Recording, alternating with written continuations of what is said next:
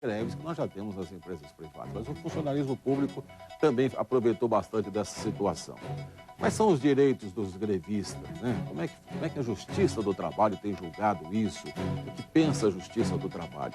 Estamos recebendo aqui na entrevista coletiva de hoje 2 desembargadores da 15ª região do TRT, que é uma região imensa. 599 municípios são atendidos, abrangidos por esta 15ª região, que é aqui em Campinas, né? Exceção feita a São Paulo, Grande São Paulo, ABC e Baixada Santista, os demais todos os municípios são atendidos aqui pela nossa TRT, a 15ª. Conosco está aqui, mais à nossa direita, o doutor Samuel Hugo Lima, desembargador. Cumprimentá-lo, um abraço, doutor Samuel, seja bem-vindo à entrevista coletiva. Olá, Arnaldo, olá, assistente da TV Band, é um prazer estar aqui com vocês. Muito obrigado, doutor. Doutor Lorival Ferreira dos Santos, também conosco, igualmente pertencente à 15ª. Um abraço, seja bem-vindo, doutor. Muito obrigado, Arnaldo. Doutor, eu gostaria de começar o programa, antes de falarmos dos temas que eu enunciei aqui na abertura, sobre a morosidade ou não da Justiça do Trabalho. Pelo menos no consciente do nosso telespectador, do nosso povo, prevalece aquela máxima que os juristas tanto consagram, que vale mais um mau acordo do que uma boa causa, muito em razão do tempo. Como é que é o tempo de duração, como é que é a demora para se julgar uma causa na Justiça do Trabalho? Vou pedir para o doutor Samuel começar respondendo isso. Está muito demorado, doutor Samuel? Arnaldo, na Justiça do Trabalho o processo tem caminhado bem. Na primeira instância tem demorado, em média, 1 ano e no tribunal cerca de 6 a 8 meses. O nosso grande problema é o gargalo da execução. Ou seja, quando o processo chega até o fim, você já tem as contas elaboradas, mas você não localiza o proprietário, não localiza bens. Então, muito do que se fala da morosidade da justiça, na realidade não é por culpa da justiça, é porque não foram encontrados bens para garantir a execução daquele processo. Doutor, fora esse gargalo da execução, tem algum outro gargalo? Por exemplo, peritagem, calcular quanto não é, atualizar. Tem outro gargalo além desse que o doutor Samuel falou? Olha, o processo que nós chamamos de cognição, que é a primeira fase do processo, é relativamente rápido. E agora, com o processo judicial eletrônico, vai ser mais rápido ainda. Para você ter uma ideia, o tempo médio era de 581 dias, esse tempo foi reduzido para 92 dias. Isso tomado por base a vara do trabalho lá de Piedade. Então, no processo judicial eletrônico vai ser muito mais rápido, porque o advogado tem o processo à sua disposição 24 horas por dia, né? Ele pode acessar da sua casa, do seu escritório, da praia, basta o certificado de digitação eletrônica para que ele possa manejar.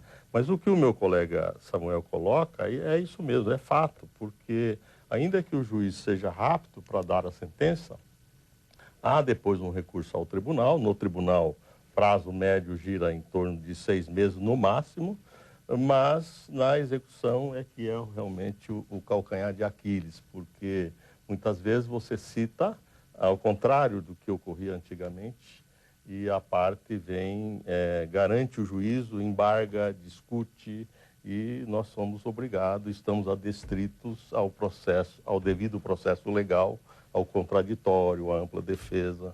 Então, precisa também haver, digamos assim, um aperfeiçoamento da legislação. E parece que o TST, eu ainda, esse final de semana, por ocasião do nosso congresso, falamos com o nosso presidente do TST, almoçamos juntos, e ele dizia que vai dar ênfase no processo, no projeto, visando agilizar a execução. Doutor Samuel, por exemplo, o senhor, como desembargador aqui, quantas ações o senhor tem que decidir ou decide por mês ali? Olha, a quantidade é imensa. Eu recebo por dia cerca de 8, 10 processos para relatar. Então, o volume de trabalho é muito grande, mas mesmo assim nós temos conseguido dar vazão a esses processos. O senhor recebe 8 a 10 por dia, mas o senhor tem prazo para relatá-los? Eu tenho um prazo para relatar. Agora nós temos metas, inclusive, do Conselho Nacional de Justiça. Entendi. Mas tem sido possível dar conta, sim. Agora, a custa de muito trabalho. Outro dia, o meu vizinho viu eu chegando em casa com os processos, porta-mala cheio de processos. Tem que levar para casa? Nós temos os processos antigos que começaram na fase do papel. Sim. Esse continua até o fim. Os processos eletrônicos eu consigo fazer em casa ou em qualquer lugar. Mas né? tem que trabalhar em casa. Tem que trabalhar muito É normal em casa. trabalhar em casa? Infelizmente, sim. Sábado, domingo, outro dia eu estava assistindo o jornal e me peguei ao mesmo tempo conferindo processos. É a nossa realidade, mas a gente gosta do que faz, então. É bom o senhor falar isso para quem pensa em prestar concurso, né? O salário é bom, né? Embora tudo é relativo, mas o salário é bom, só que o trabalho é árduo, viu? Né? E a vida é bem diferente de um desembargador, de um juiz. Doutor Samuel, o senhor falou dessa experiência piloto em Piedade, do processo judicial eletrônico. Lá já foi concluído com sucesso. Será implantado nas demais cidades, em toda a região? Quando? Olha, nós temos 153 varas do trabalho, né? Então está implantado mais de 70%. E a previsão do nosso presidente, a nossa previsão, inclusive, é que agora, em 2 de julho, né, Samuel, nós terminamos de instalar o 100% na 15ª região, processo judicial eletrônico. Mas nesse aspecto que o doutor Samuel colocou, da quantidade de trabalho, nós somos juízes oriundos do º grau, fizemos concurso público, juiz substituto, juiz titular e depois ao tribunal. Hoje, para se ter uma ideia, vamos na parte da tarde julgar cerca de 250 processos. E é uma pauta pequena. Hoje é uma pauta pequena, tranquila. que normalmente julgamos 350.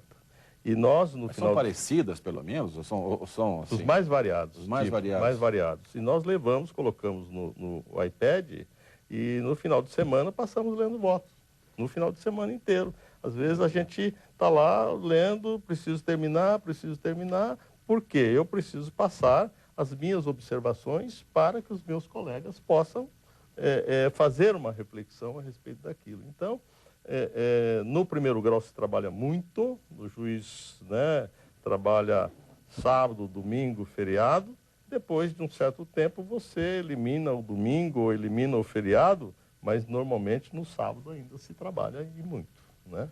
Poxa vida, mas esse processo judicial eletrônico, claro, elimina o papel, mas por que só por eliminar o papel dá agilidade ao processo? O senhor já falou que pode acessar de qualquer lugar, mas e os prazos? E os recursos? Não é isso também que ajuda a ficar volumando coisas, ou seja, nunca sai da frente, né? O que atrasa o processo é o que nós chamamos de tempo morto do processo. O que é tempo morto do processo? É aquele tempo que o processo fica parado numa mesa esperando que o servidor faça algum cálculo, por exemplo, de prazo para mandar para a mesa seguinte. O processo eletrônico ele tem fluxos e dentro do fluxo tem alguns relógios, ou seja, ele marca o prazo automaticamente, ou seja, o sistema calcula se está no prazo ou não. Se estiver no prazo, passa para a fase seguinte, se não, não. Então, isso ganha tempo.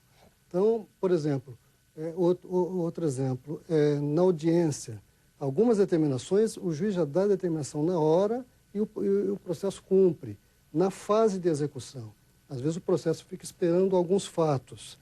O sistema já permite que vá disparando algumas atividades independentemente do juiz. Então, isso ganha tempo do processo. Agora, o processo vai correr mais rápido?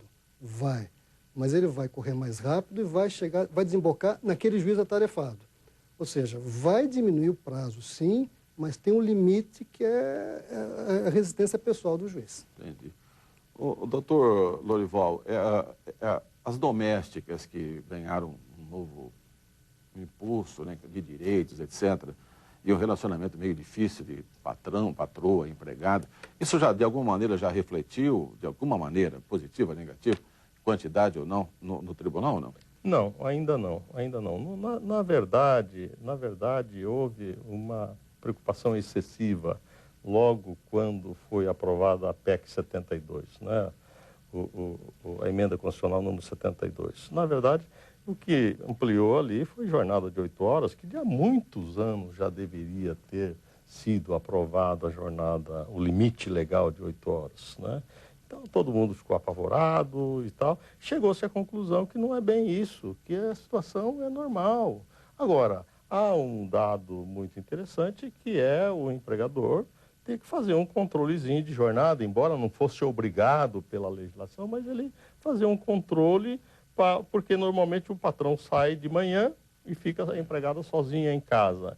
Então, um controle fidedigno para que possa facilitar essa relação, né? A dificuldade que se coloca hoje para o trabalhador doméstico é com relação ao intervalo para a refeição, né? Porque hoje, pela regra do trabalhador urbano, o intervalo mínimo para quem trabalha mais de 6 horas de 1 hora, né? E como é que vamos fazer esse intervalo? Dá para fazer em casa? Se for fazer o intervalo, certamente a empregada vai sair mais tarde no final do dia, tem horário para buscar a criança na creche e tudo mais e tal. O Congresso Nacional, a Câmara dos Deputados, aprovou já uma flexibilização e agora me parece que está no Senado, né, para terminar essa regulamentação. Nós achamos que está demorando muito. Mas muitos direitos já estavam ali na CLT e na própria Constituição, né? A parte maior é com relação à jornada legal. Porque provocou algum desemprego? Não, né? Não, no primeiro momento houve muito o pessoal assustado, passou a contratar a diarista e eu tenho a impressão que mais dia, menos dia, volta ao normal, porque as famílias precisam ter um trabalhador doméstico em casa. Nós vamos fazer um pequeno intervalo e nesse segundo bloco nós vamos falar, sim, dos direitos coletivos, né? Essas greves que a gente tem visto por aí, quem que tem direito, como é que é abusivo, por que que é abusiva uma greve, né? O tribunal acabou de julgar uma abusiva agora essa semana, muitas. A gente volta já e esperamos contar com vocês. Até já, minutinho só.